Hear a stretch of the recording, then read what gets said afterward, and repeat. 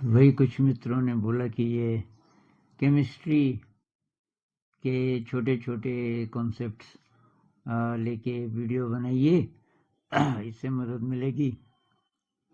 तो देखते हैं, एक छोटा सा कॉन्सेप्ट से शुरुआत करते हैं।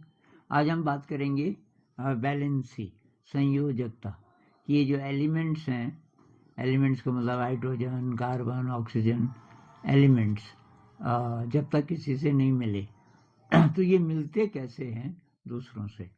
तो उदाहरण के लिए कार्बन है, तो कार्बन के सेंटर में 6 होते हैं प्रोटॉन प्लस वाले और 6 ही होते हैं न्यूट्रॉन।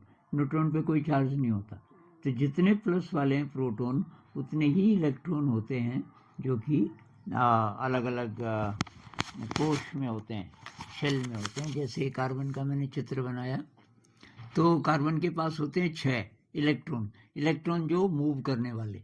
तो 2 तो होते हैं अंदर के शेल में, हर एक के 2 ही होते हैं पहले शेल में, और तब बाकी बचे हुए ये दूसरे वाले शेल में, शेल कहो कोश कहो, तो दूसरे में इसके हैं 4। तो जब हम ये बात करते हैं कि ये मिलते कैसे किसी से, तो हम केवल इनको बनाते हैं सबसे बाहर वाले, बाहर इसके 4 थे, तो ऐसे उसकी शक्ल होगी। ये कार्बन है और इस पे ये सबसे बाहरी शेल में ये 4 इलेक्ट्रॉन है।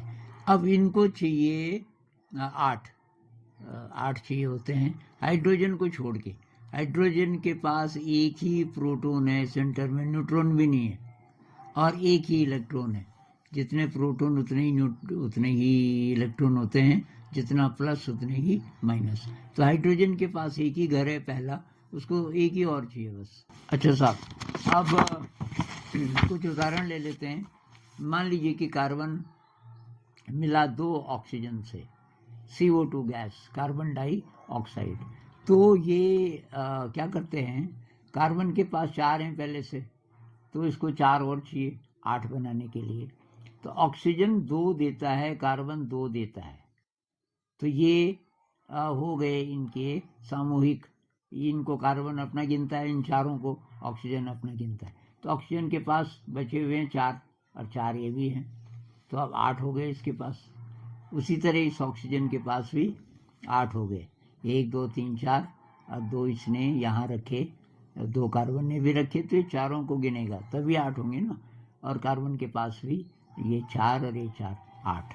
तो इस प्रकार से CO2 बन गया। 2 इलेक्ट्रॉन से एक बॉन्ड बनता है,